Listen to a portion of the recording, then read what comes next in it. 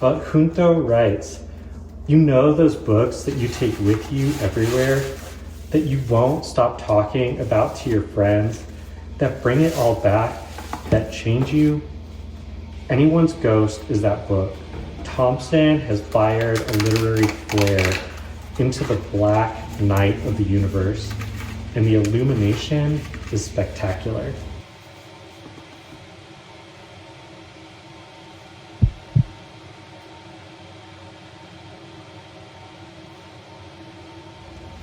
So I decided to do a reading vlog. This is my first one, and hopefully it goes well. Honestly, I don't really care though. I am just excited to read this book. So the reason I decided to get this book was for two reasons. The first being is I wanted to make another video like the one I did for Jack Edwards and tier ranking the books that he recommended, except for with other booktubers, ones that I'm not gonna disclose in this time, but it's gonna be fun, and I've already read a decent amount of the books from the different ones, and it's looking pretty promising. I've read a book that this particular booktuber recommended already, and I really liked the literary aspect of what he recommended, and the book I read was actually on his top 10 list of 2024. This book was also on it, very highly rated, and I decided to pick it up because the author of my favorite book, Jonathan Safran Foer, actually put a recommendation on the front of this cover. An overwhelmingly beautiful love story. This book will make you cry, which says something. I actually haven't cried for a book since I read Darkroom Etiquette by Robin Rowe in maybe 2021. Also, one of the other books that I have liked to read was by Junto Diaz, The Brief Life of Oscar Wilde, which was also an awesome book. And if you haven't read The Brief Life of Oscar Wilde by Junto Diaz, or Everything's Illuminated by Jonathan Safran Foer, which is my favorite book, you should read both of those. With those two recommendations from authors that I really like, along with wanting to read another book from the booktuber, I'm really excited to read this. So I'm just wanting to read it, and it's a cold, windy day outside, so figured why not. This is the British cover of the book. The American one is not as good. I'll put it up here. But this one is fantastic. I was actually thinking about doing what I usually do and making it animated. However, I don't really think I need to. This is pretty awesome. So I'll check in later. Bye.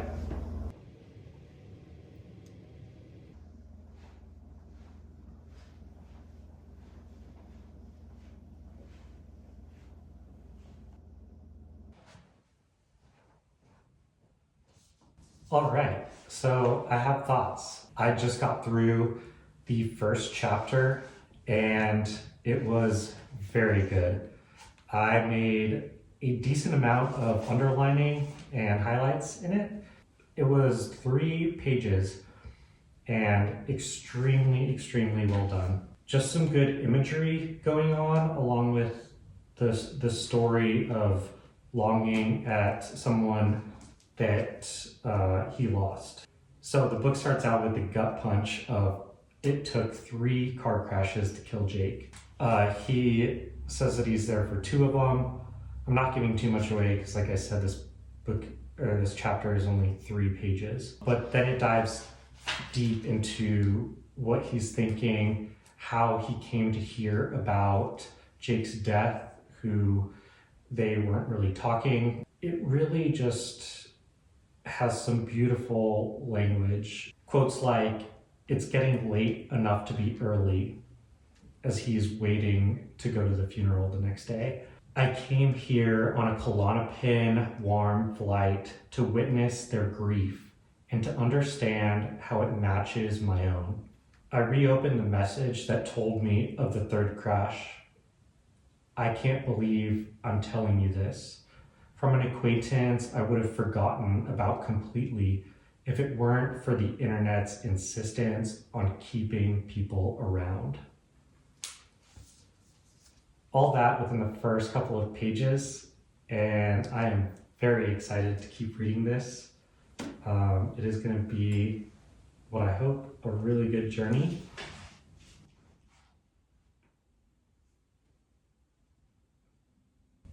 All right, another cold and windy day over here, so busting this out again.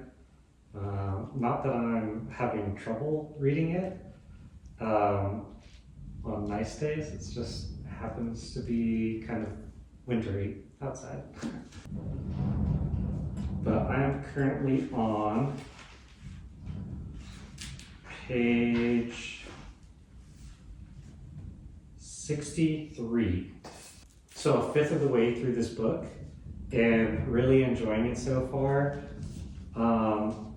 The prose, like I previously mentioned, are really, really good. And the story is developing really well as well. I have a couple of just like the most nitpicky things that you could come up with. So after the first chapter of this book, you actually go back in time to when him and Jake met for the first time, when he was 15 and Jake was 18, or about to be 18. They met at a hardware store that Theron actually got put to work there, and Jake happened to be his manager. After that, you just see them kind of getting to know each other. However, and I'm not spoiling too much, like the first day lasted like 20 pages, and I actually thought it was multiple days.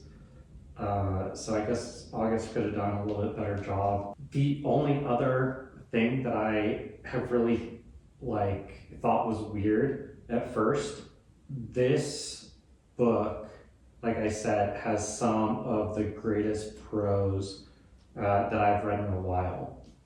And it just seemed weird to me that this was the words of a 15-year-old boy. And I'll read you some of the quotes from this section. These quotes are quotes that don't have any reference to what's going on. I do want to keep you guys kind of spoiler free. The writing, which was great, just kind of threw me off because I have never seen or heard a teenager talk or think like this. He is writing as a mid-30s person telling his story about his teens. My eyes instantly reddened as if I'd spent a day in and out of the ocean. The image of it was too shame-inducing to get into. Somehow, despite the Icarus meets the sun burning in my lungs, I swallowed the smoke until it cooled. Then I exhaled with only a little hitch in my throat as the light from the dashboard clock shot out in newfound angles.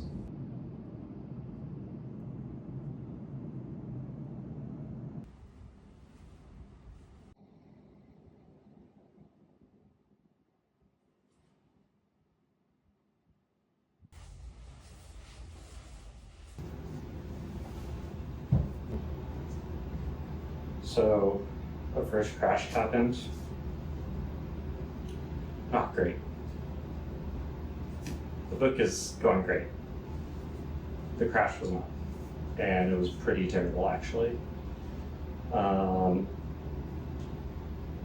he did a really good job writing it, and it was intense, to say the least. I don't want to give too many spoilers away as I'm halfway through this book, but yeah, it's going great so far.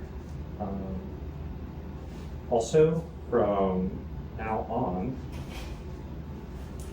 this book is now divided into parts, which starts over with chapter 1.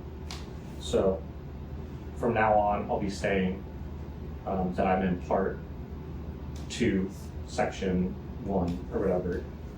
And I didn't know this was a thing, didn't have a table of contents in here. However, I really like it. It was actually a really good way to end part 1. And I really enjoyed that he just had that kind of stop right there. Also, I'm in Austin for a creator camp film festival. Made this in one of the breakout sessions. It's our logo. But have seen multiple awesome films today, and it's really cool to be around creators that I like. That's why change of scenery. Anyway, back to the book.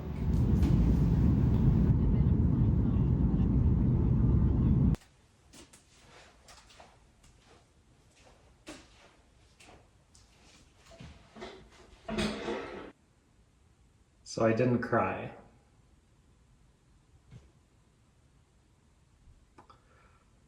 But there's just so many words and stuff that can go into stuff like this. And I was definitely open to crying and wanted to see if this would, in fact, bring me to that point. And it didn't. And I am trying to figure out why. It is weird, you know, asking yourself after a book, you know, why didn't I cry?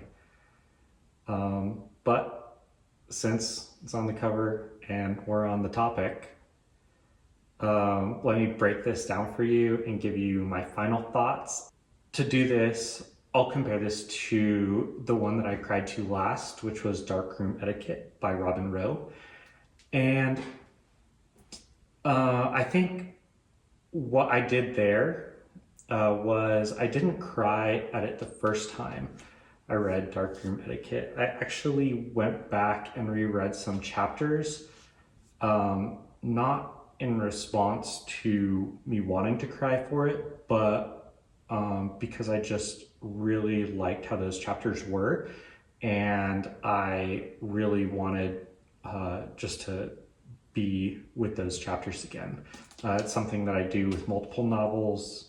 Not many make me cry, but I did the same thing with this book, in the way that I went back to some of the points that I thought were really good. All of these chapters are really well written, and that is like an overarching theme of them. However, I guess it just didn't hit me inside to where I needed to feel like I did cry.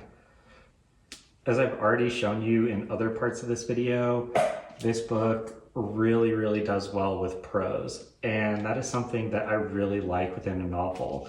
If you go and watch my favorite author video, you know the thing that I look for is voice, something that is so deeply different than a lot of other books that you can find on the shelf, something that you know when a character is talking or thinking that it is different than just what any other character would think or say, that person is an individual, and that makes them unique, and that makes their story unique.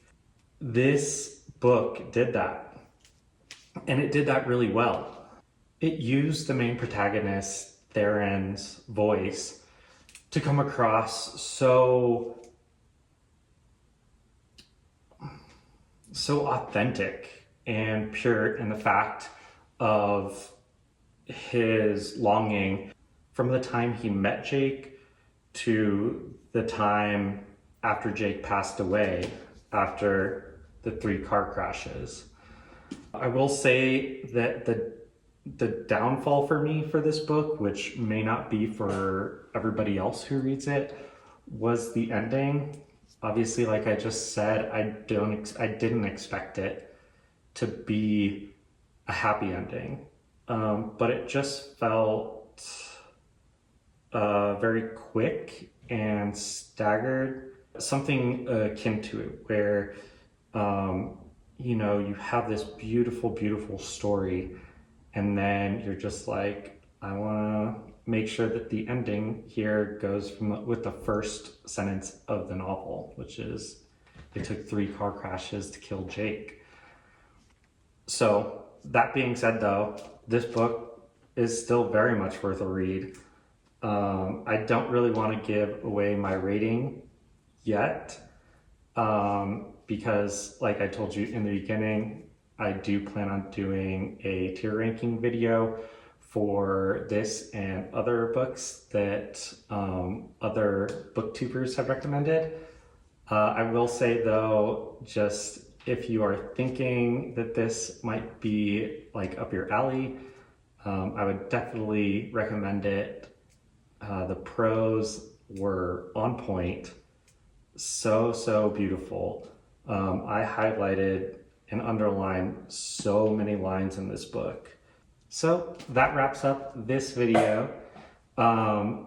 If you made it this far, thank you. Maybe please like and subscribe if you would like to. Also, please let me know in the comments, A, which book you cried for last, and B, what book do you think would make a good reading vlog? I appreciate you guys sticking around. Let me know if you guys like me doing reading vlogs, and I will catch you in the next one. Cover still holds up.